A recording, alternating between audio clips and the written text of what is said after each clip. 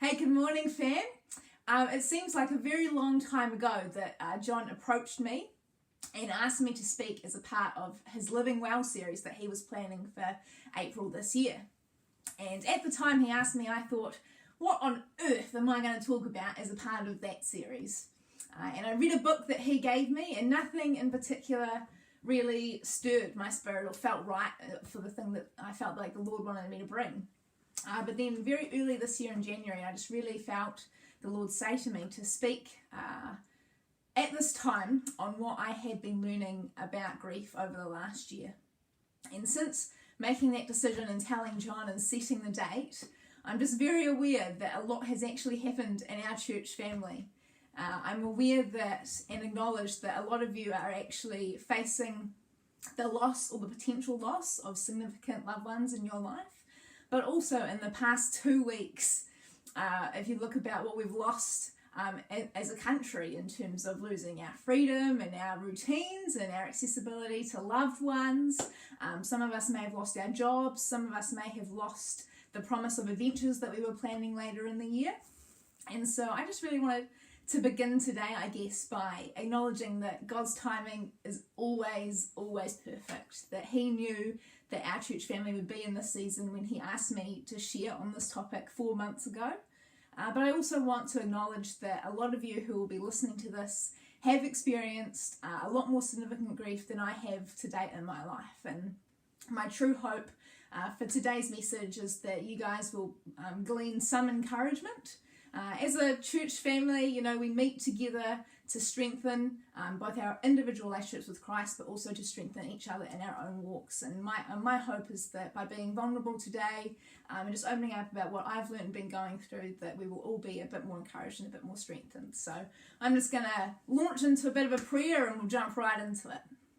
So God, I just really thank you that you are such a good Father and that you encounter us wherever we are. We don't need to be in church today at 64 McFadden's Ave for you to encounter us. That in your word you give so many wonderful examples of encountering people in their homes and on the road and in the marketplace. And I just pray that this message that you've given me today, that you will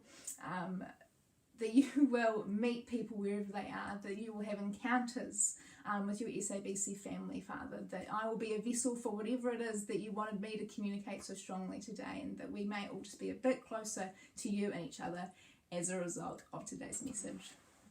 I am a very goal-orientated person, church family. I really enjoy having specific targets and specific things that I can measure success towards. And for me personally, a goal that I had from 2011 all the way through to 2018 for the course of 7 years was to save and to buy myself a house.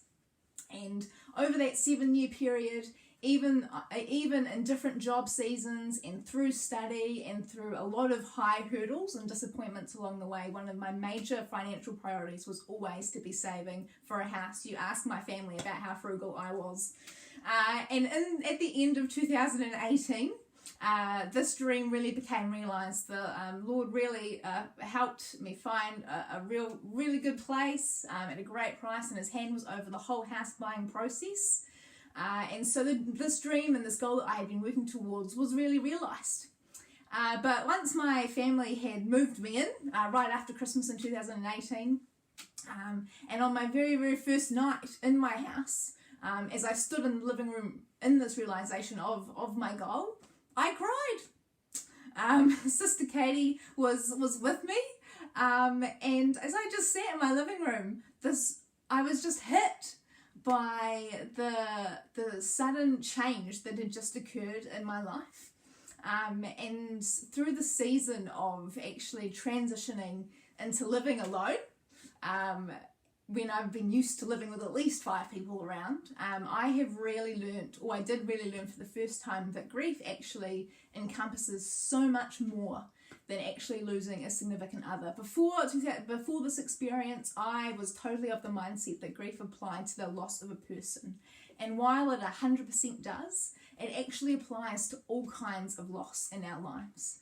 And one of the first losses that really hit this point home for me was transitioning out of living at home with my parents and living alone. And for me, the loss that I really experienced was around not seeing my family every day. I have a very, very close relationship with all of my sisters, and so to not see them every day and be able to talk and to yarn and catch up was a really big adjustment for me, and very, very unsettling.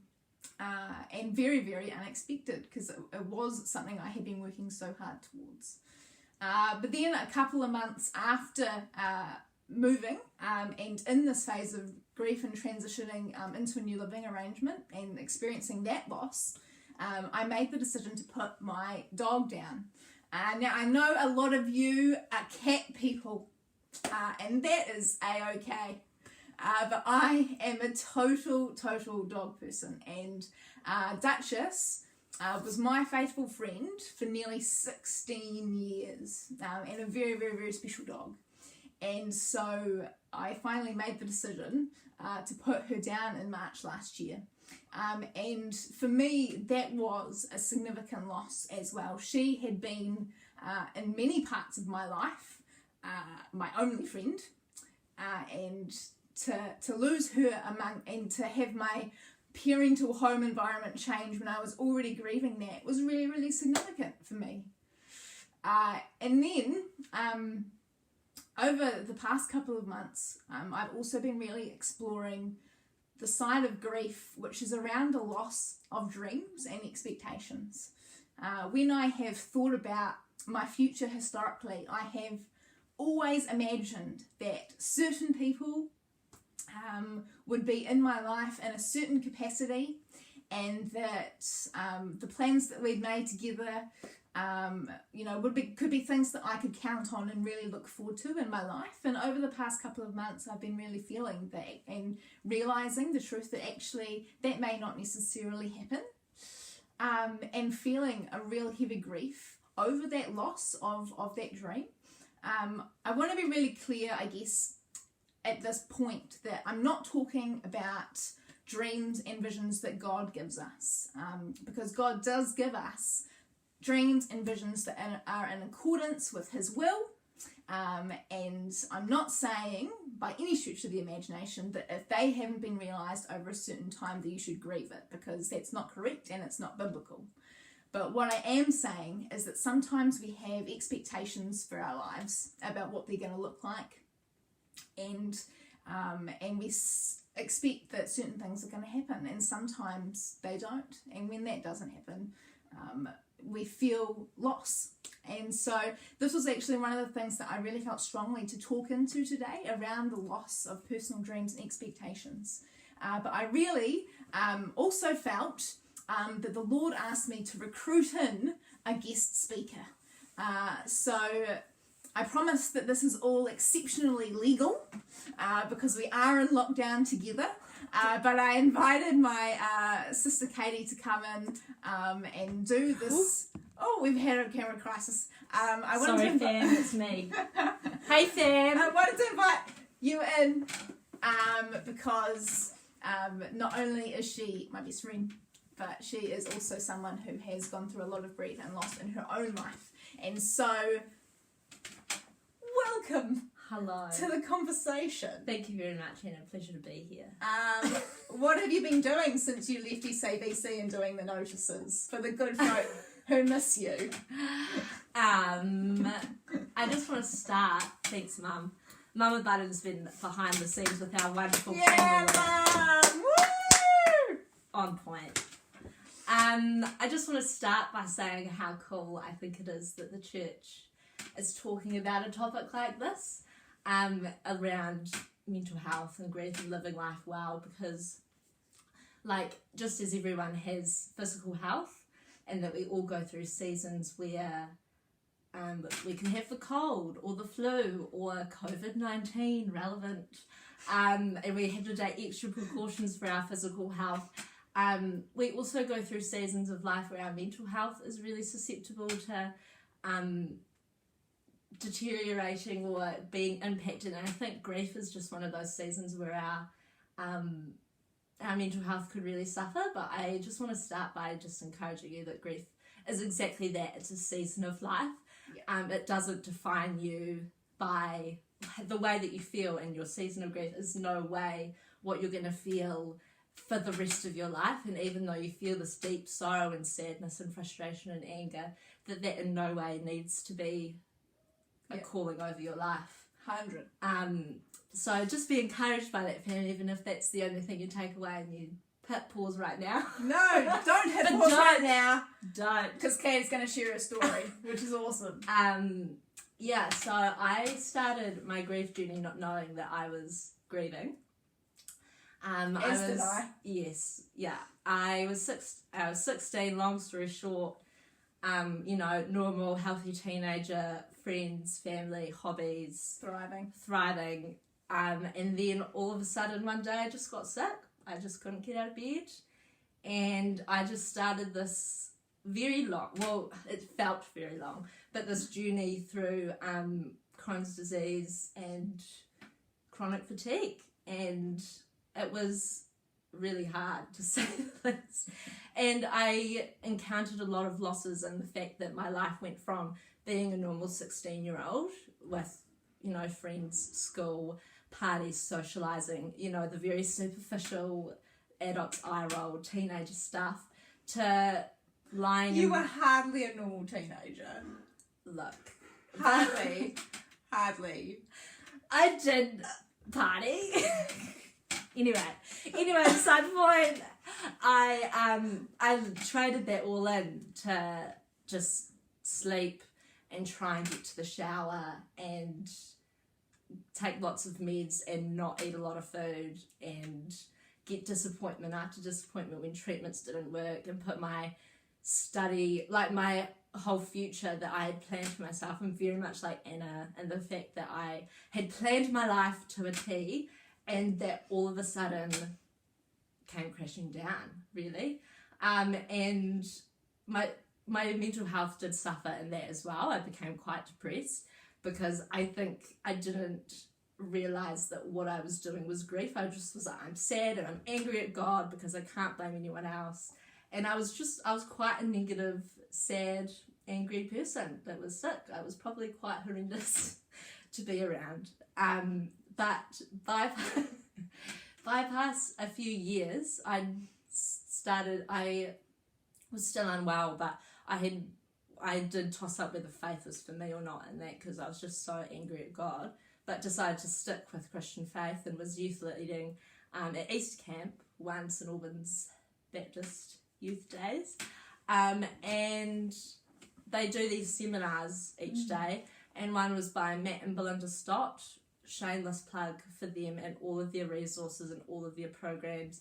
I think every young adult should go and do Soul Tour and go and look on their website for all of their resources. They even have great resources on grief if you want to go there through them in your Connect group. Shameless plug, they're amazing. They did a course on grief, and I just started my nursing training, and honestly the thought that went through my head was, I'm going to be dealing with death and people that are grieving. I should go along to learn tips, because my mind was so of the mindset that you only grieve death of a loved one or death of a pet, like of a soul, pretty much, not just loss of any kind. Loss of any kind. Yeah. And then I went and they said, you do lose, like you have to grieve. Every loss will change in your life that really impacts you. And like my heart was just so turned, and I was just like, I walked out of that and I was like, God, like why am I so convicted right now? And he immediately just said, because Judith or Katie, don't know, you need to grieve the things that I haven't given you or that you have lost in order to see the things that I have given you and for your future.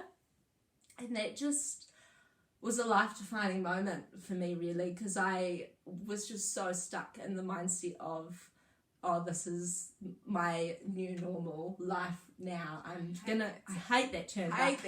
This is my new normal. I have to be sick for the rest of my life, and I have to be miserable, and I have to study nursing because I can't do what I wanted to do, and this is my life now. But Which was occupational therapy. She wanted to go down to Dunedin. Yeah.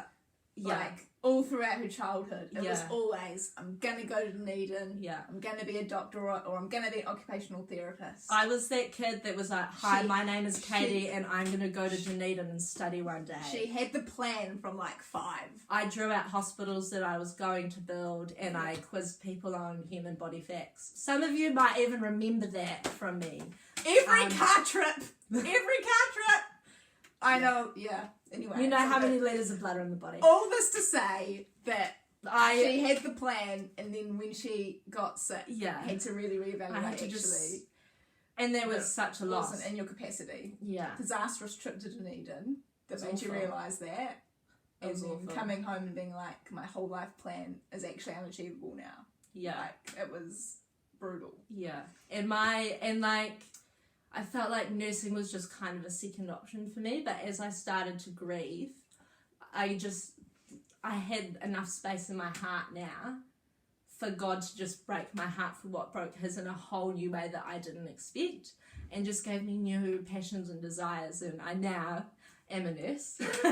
I work at Hillmorden in forensics, and if you had told me that I would be a psych nurse working with offenders, Forensics is where the jails send the mentally ill people that they don't have like the capacity to you know, that's one way to put it. But I put it just, in layman's terms. anyway, but I love my job. I'm so passionate about it, and God just really broke my heart for the people that are offenders, but also like have the stigmatized the darkest of the darkest of places where people are distressed. Yeah. And yeah, we're cutting a long story short, but yeah, that's kind of my journey through grief, I guess, In a nutshell. in a complete nutshell. I could probably talk about it for hours, but I do not want to bore you in your lounge room. But yeah, but no, like I think from an older sister's point of view, like watching Katie, who was like seriously thriving in life, like dream 16-year-old in terms of her plans and her ambitions, and super intelligent. And watching her like go from that state to not being able to do anything, and like losing drama and being able to do productions, and going through all these crazy diets where she couldn't eat for 3 months. 3 months, yeah. 3 months. Like, yeah. So I guess our real... Not that I'm going to cry. I guess Yeah, our... got tissues. There you go. We came prepared. I guess what we both really had on our heart was to share our journeys with you, and how we've realised that grief encompasses so much more than just losing a person. Losing a person is so significant, and we don't discredit that, but gosh, like, loss and grief comes in so many different forms. And it has the power to really hold you back from your future and your potential as well. I think, because I kind of just already talked about that, like I felt like this was my life, you know, I'm sick, this is it for me, you know. Yeah. But actually, as I grieved the loss of a healthy body and the loss of what I wanted to do, and like the dream of Dunedin, and the loss of hobbies and the loss of friends, and as I went through all of that, I just realised that there's so much more to life, and that grief is actually quite inevitable. Like 100% inevitable. It's not the way that God intended life. He intended our life to be eternal and that there would be no loss, but unfortunately that's not what happened.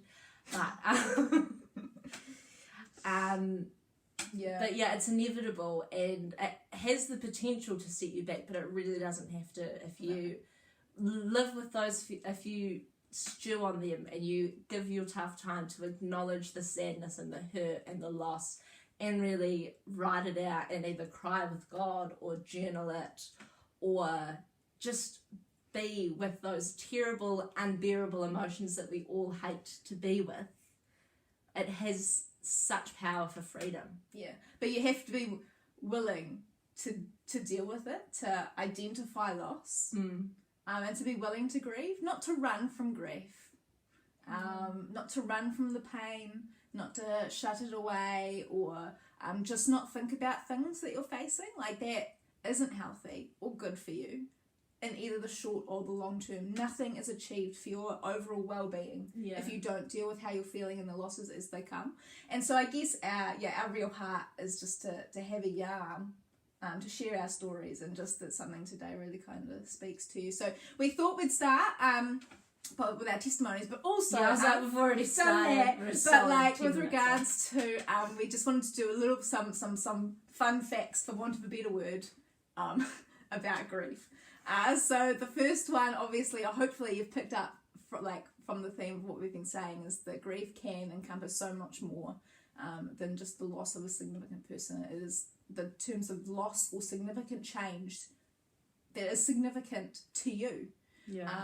And you grieve what you place significance on. I think, like, for me, I know that you really helped me with this, but like me actually still feeling really, really upset about that just a year on, like, and still crying about that, like, that for me, like, I would be like, oh, I feel bad because I'm still really getting upset over a dog like a year ago.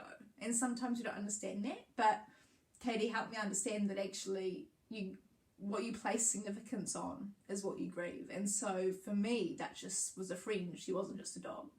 And that's why she was a family member. Like, she was a companion, and we're filming in a place and a very vulnerable spot for Anna, because Duchess used to sit like right here. Oh, Mum is back. Mum's gonna turn the camera.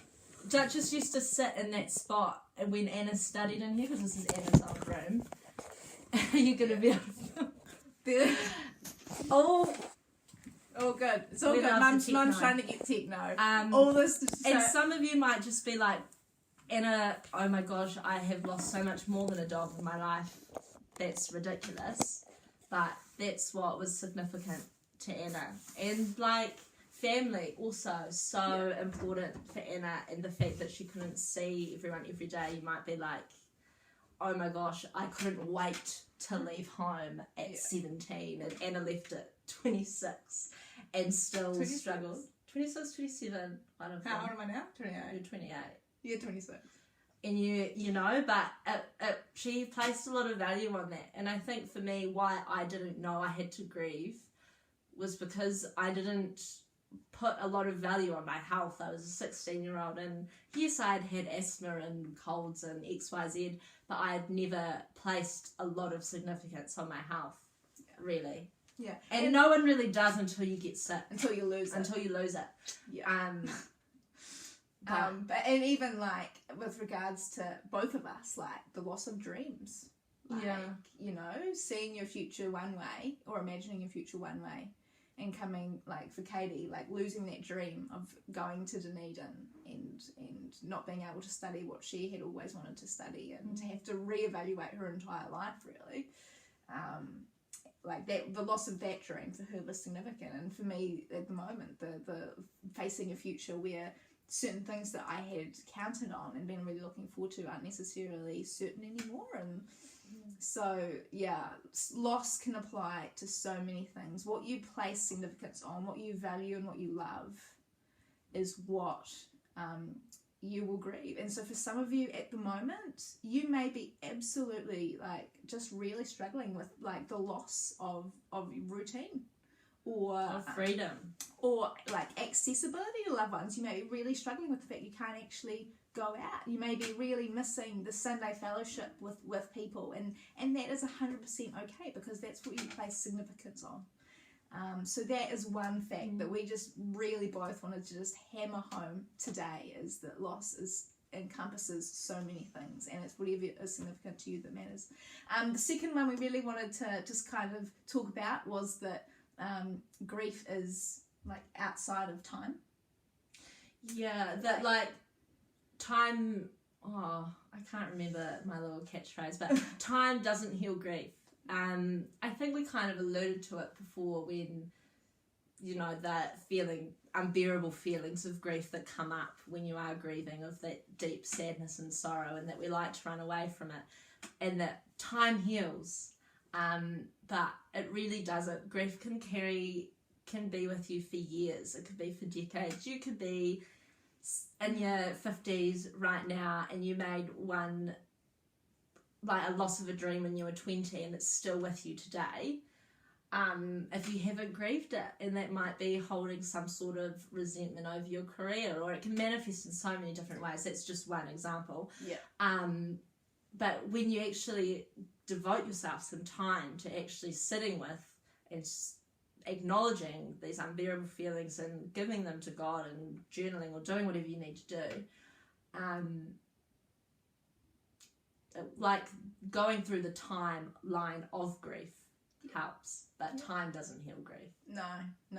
Waiting and waiting for the feeling to go away is not a good approach. No.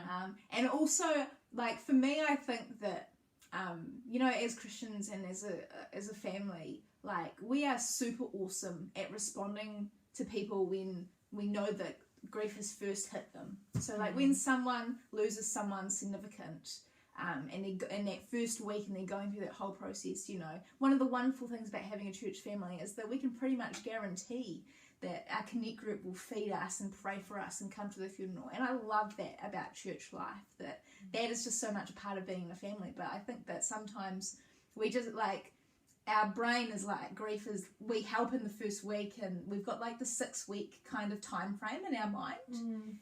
So we're quick to action at the beginning. But actually, grief is a journey. It requires ongoing investment and ongoing need. And so, just breaking that, really, that it's not just an emotion that you feel one week and goes away, and nor for the people that are around you that are experiencing grief, it's not going to be for them either. Like, grief, it is outside of time, and it's actually okay to grieve things for years. And there's no time limit on grief either. Some people are like, oh, shouldn't Anna dog died a year ago, you should be over it by now. Go get a new one, that'll help. Yeah, go and get a new one or whatever. But there's actually no time limit to grief. It's done when you feel like it's not at the forefront of your mind, but it's just at the back, and it's not invading all of your internal mind all the time. Yeah. That's progress. That's how you can know that there's progress, but there's no time limit to that, really. Yeah, it's okay. And then the third thing that I guess we really wanted to kind of really speak into, just as a fact about grief, was really that it can really hit you in different contexts. So for example, I know that, like, on New Year's Day, we were just walking down the beach as a family, as we do every New Year's Day, walking down the beach as a family, and there was a dog that looked like Duchess on the beach. And it's just like, I haven't been to the beach with my dog in a year. So that was like a different context. Whereas, like, I know that Mum, for example, when Becky was getting married, our mum really missed her mum. Like, it was a context that really actually brought out the fact that she really missed her mum. And I know that when Abby has sewing questions, Mum's always like, oh, my mum would be so much better at that. So, there are different contexts in life and different things that will happen that will remind you of the grief that you've been through or are going through, and will trigger that emotion. And that's okay as well. Like, if you lost a loved one decades ago and things still remind you of them, it doesn't mean that you haven't forgotten about them or that you haven't grieved properly or anything. It just means, because it's still in the background. Those little contexts are those things that remind you of the background of grief. And, like, for me, I guess when I wasn't eating for like months, you just don't realise how social food is, especially in the Button whānau. Mama loves to put on a spread of roast chicken or just whatever's in the thing. So I would sometimes just have this, like, this is another context that I have to grieve, and just acknowledge, okay, I'm not going to participate in this meal. I'm going to be sipping the ensure. Even though Mum was just desperate for you to eat something. But Mum had gone to the lengths. But then that's okay. Yeah. But really. even like when like you'd meet up with friends for a coffee, or that you'd go out for dinner with friends. Yeah. And I Like, wouldn't and order. you'd have to sit there and watch them eat in a social situation. Yeah. Like, brutal. Brutal, but Necessary. I grieved it. Instead of being stewing on how sucky my life was, I was like, you know what, this is a loss in my life right now. I cannot enjoy this meal with my friends, but you know what, I can enjoy their fellowship and I can enjoy their company, and I'm going to accept that loss that I cannot enjoy the food, but I'm going to press into the hope that one day I will be able to eat food. Yes. One of my goals one year was to eat Christmas lunch, and I did. And to eat a Bacon Brothers burger, that was a goal for another year too. Goal. Bacon Brothers burger. But now I eat anything time? I want all the time. It's not even it's not even anything that Except I for have apples. to. Apples. Well, yeah, but that's a side issue. Yeah. We're really We've made significant progress. we've made significant progress. So Yeah. that's okay. Yeah. So to sum up, really, like, it's grief is what you grieve what is significant to you. Grief is outside of time. It has no time limit or no time constrictions. It's actually okay to let yourself go on your own individual journey. That's actually what you're designed to do. And also you grieve in different contexts, and that sometimes can mean that you're grieving things continually. Like, it's just all about managing the loss, really. Yeah. Yeah. And I guess just to add something, like if you know someone that is grieving like a lot and you're just like, I don't know what to do. Jesus took his disciples into the Garden of Gethsemane with him, and he just wept and they fell asleep. Like at least just bring people along. It's okay to just be there with them as they do their grief journey. You don't have to say the right thing or do the right thing or tiptoe around them. Just being a presence is really helpful, and give them permission to talk about it if they want to as well. Just being like, how you going with your grief journey? You know, do you want to talk about anything? You don't need to say anything wise. They might just need an ear to talk to about the thing that's been really hitting them home. Like, they might have cleared out a wardrobe, or they might have gone through family photos, or they might have, I don't know, done something else. But just sit and be an open ear if they need it, because Jesus needed friends when he was grieving. And identify that in your own life too. Like, don't just be that for others, which is 100% what we encourage in our Christian family, but also actively seek to identify people in your own life who can help you through your grief journey, who, you know, will touch base and be there for you. Like, because grief is not, I genuinely don't believe that we're meant to grieve alone.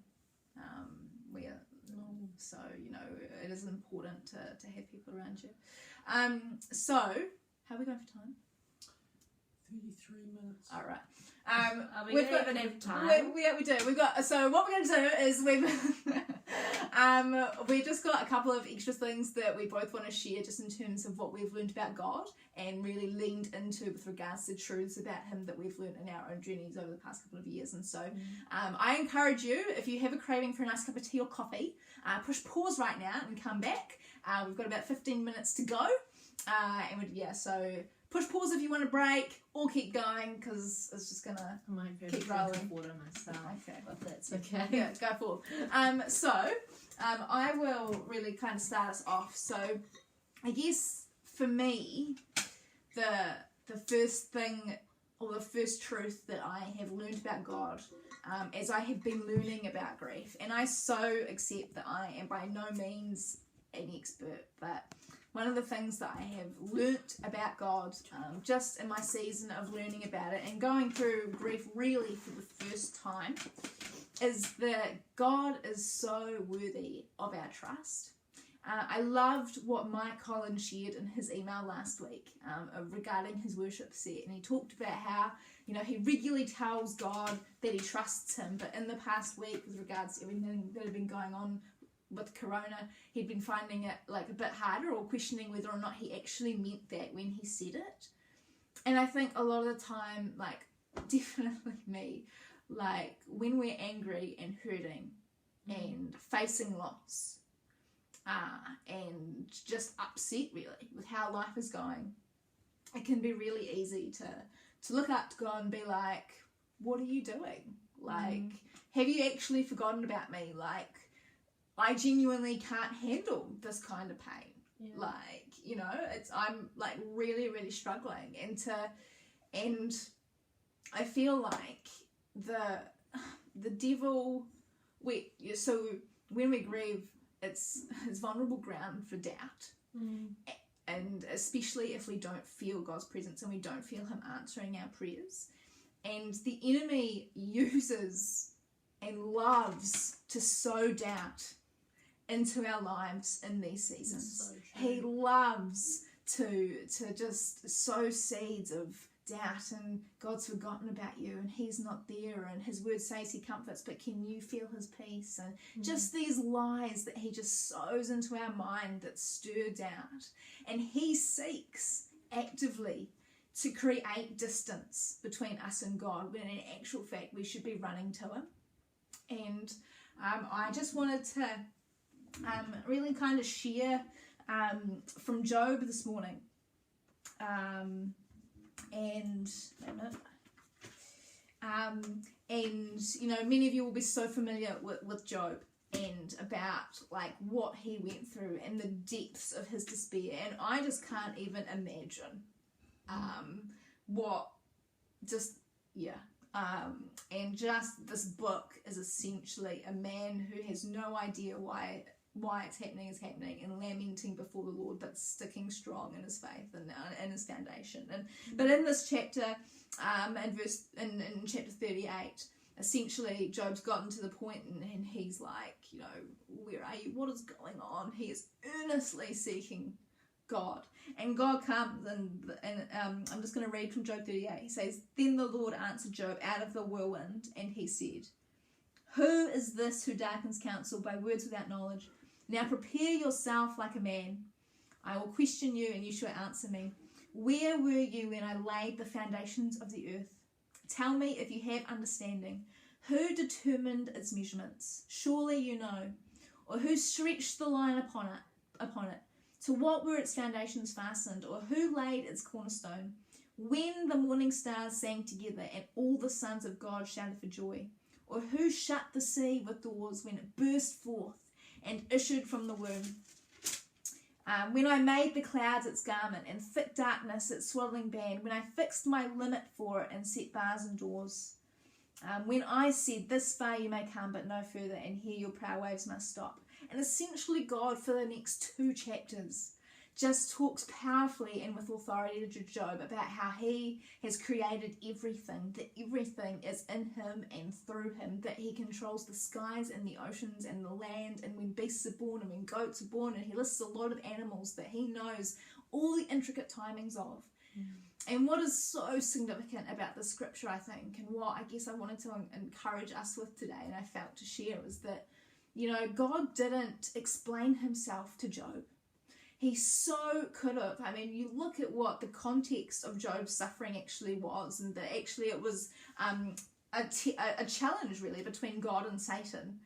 And God didn't explain that to Job from the whirlwind. He simply reminded Job of who he was, who he was as God, and who Job was as a human. And I think that so often we can, our anger and our hurt and over our sense of loss causes us to really question him, and we demand answers. But what I think is just quite profound about this is that God doesn't necessarily have to answer or explain himself, but also that we serve the God who not only created the heavens and controls the seas and knows when every bird is born and dies, and every goat and beast is born and dies.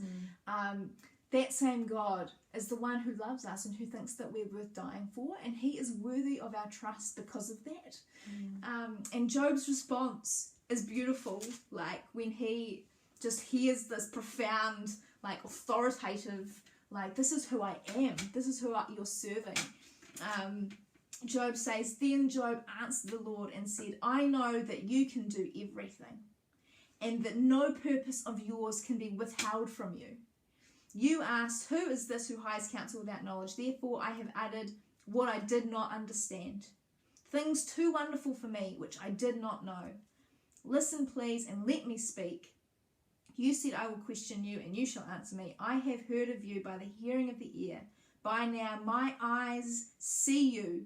Therefore I abhor myself, and I repent in dust and ashes. He repents for questioning God.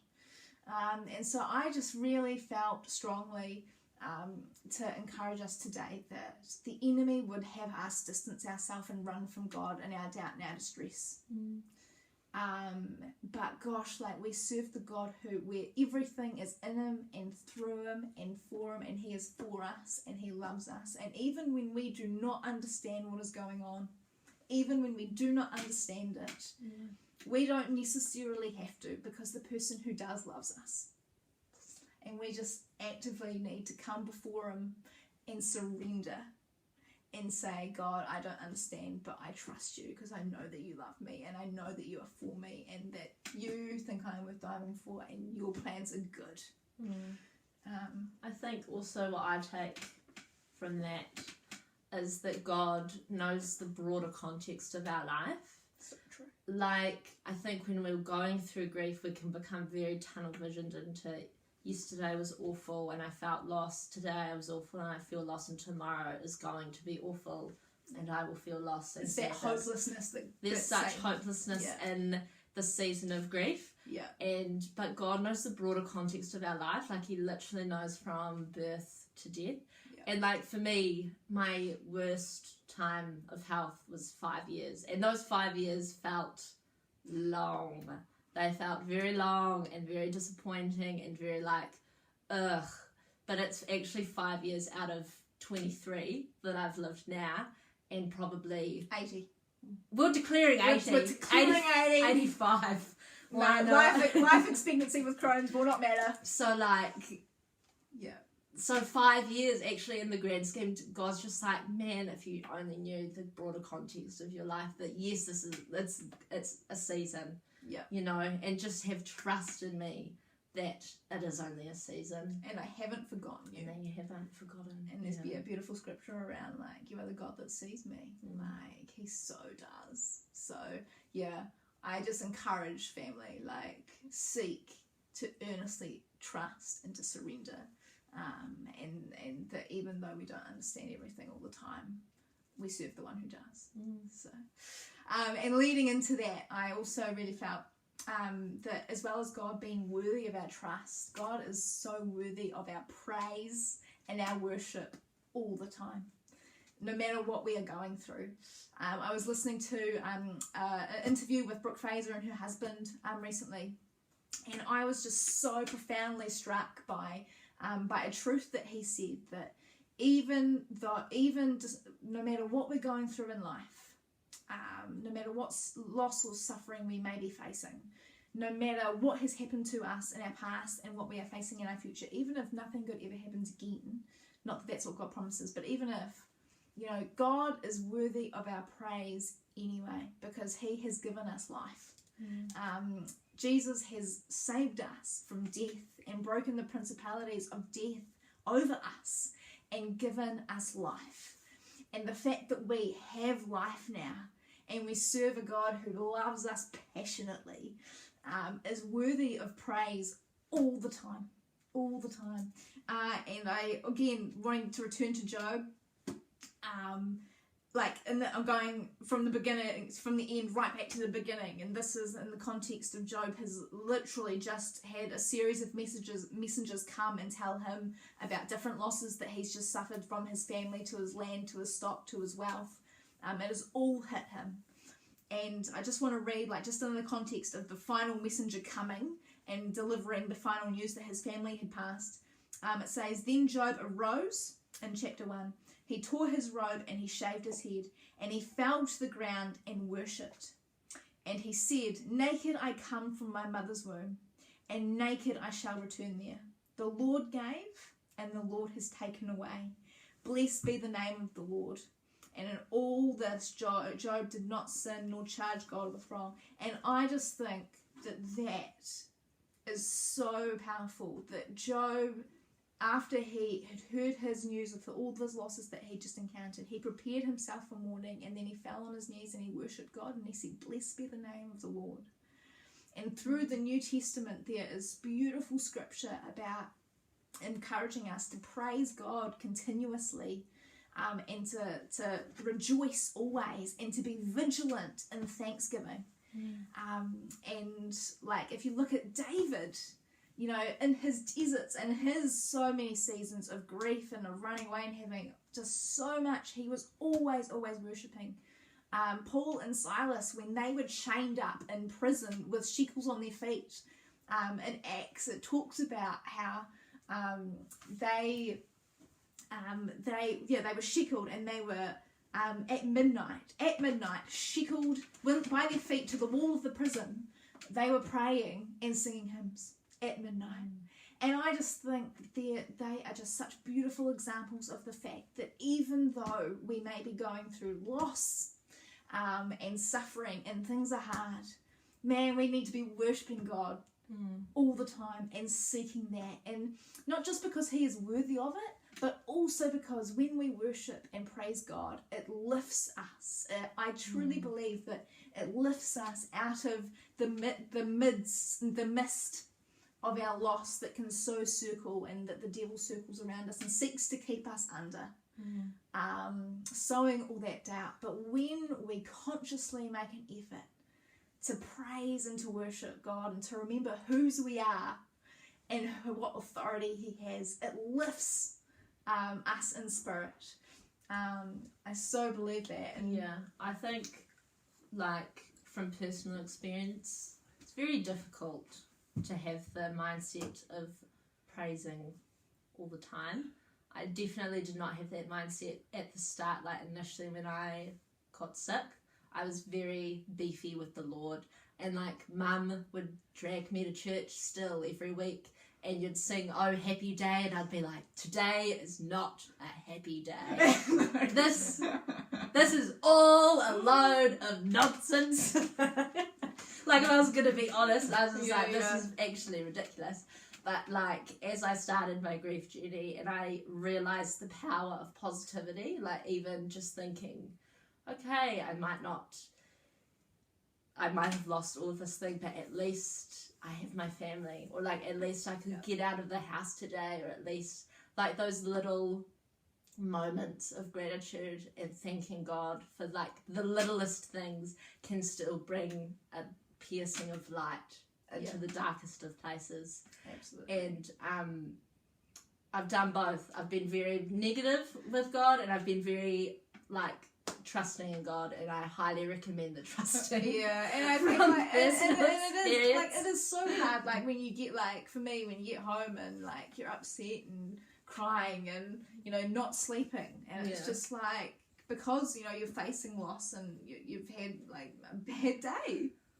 And we all have bad days. It is, you know, it is hard to want to worship, but we are called to worship always. Oh, okay, right. Your points. Worship, guys. Am I gonna have time? Yeah, go. Just go. Go quick. Very quickly. God led me to the story of Mary and Martha when I was grieving, and the fact that both Mary and Martha had two different responses to the same grief, and that both responses God meets us with where we're at. Yeah, so true. So context: Lazarus has died. Jesus has come too late. He's like, oh yeah, I'll just wait 2 days before I go and let him be sick. Which I think actually it brought more power, but anyway, I don't have time for that. So when Jesus arrived, he found Lazarus had already been in the tomb for 4 days. Bethany was near Jerusalem. Many of the Jews had come to Mary and Martha to comfort them about their brother.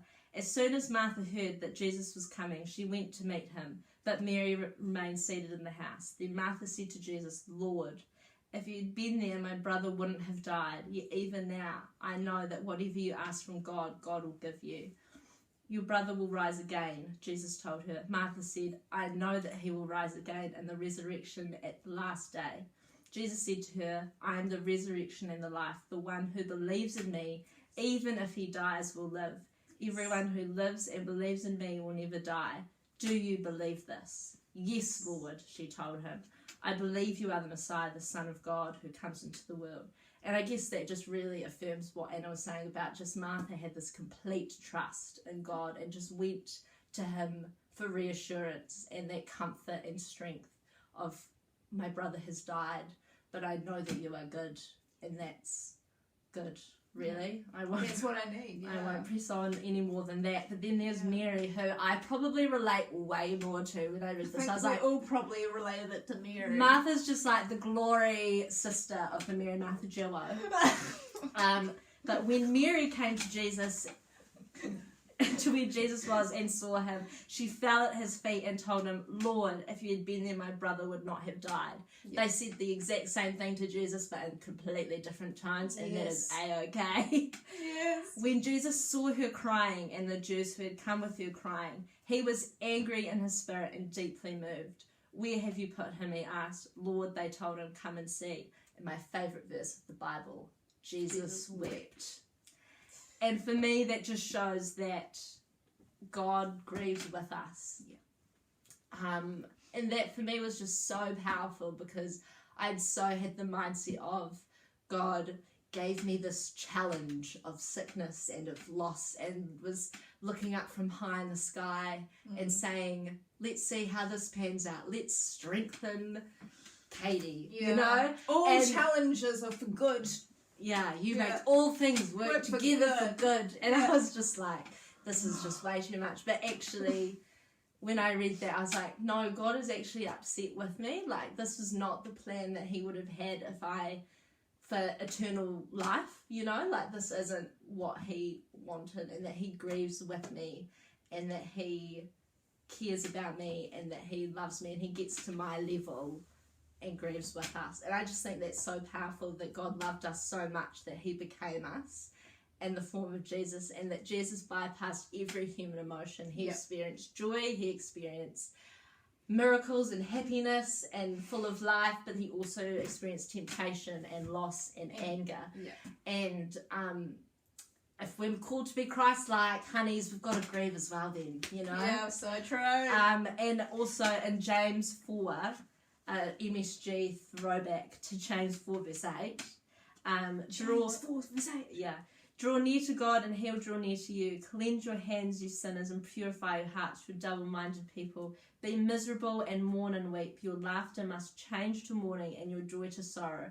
Humble yourselves before the Lord and he will exalt you. And that for me, it's like you don't have to be your cleansed, perfect, happy Sunday morning Christian with God. Yeah. You can really give him every emotion, and that he will meet you in wherever you're at with your life. And he desires to do that with you. He would rather you talk to him than run from him. Yeah. So I think, since we're running out of time, that's where I will end it.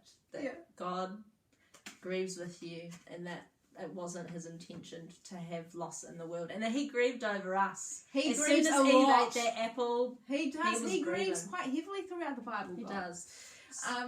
So yeah, you do. running out of time. Yeah. So I guess I guess our real heart is that you've been encouraged and strengthened today in whatever kind of loss you're facing in your life. 2 questions for you guys to consider. I know that a lot of you are watching this either from home or as connect groups, but 2 questions for you to consider. Me and Katie both wanted to encourage you to think about for yourself, at any point during our talk, like, did your spirit stir? Like, did you feel a leap in the spirit, or did you feel God kind of nudge you at any point during our talk that may indicate that you have some kind of loss to deal with? So we just wanted to kind of encourage you to think about this talk and think about, actually, was there something that kind of came to mind that maybe I do actually need to process? And then the second thing that we really wanted to encourage you to ask yourself is, what do I need right now? If I am going through some kind of loss or facing some kind of grief, what do I need? Do I need to actually pick up the phone and talk to one of my friends about the kind of loss that I am facing, if I need that? Or, do I actually need to go and make a continual, like a certain effort to spend 5 minutes every morning in worship with God? So yeah, really encourage you to think about, as we wrap up, you know, what is it that God might be leading me towards grieving? Are there any losses in my life that I haven't identified or haven't been dealing with? And also, you know, what do I need to be able to deal with them? So bless you guys. It's been awesome yarning with you, and we're sorry it took so long, but heck, we're passionate. So love yous.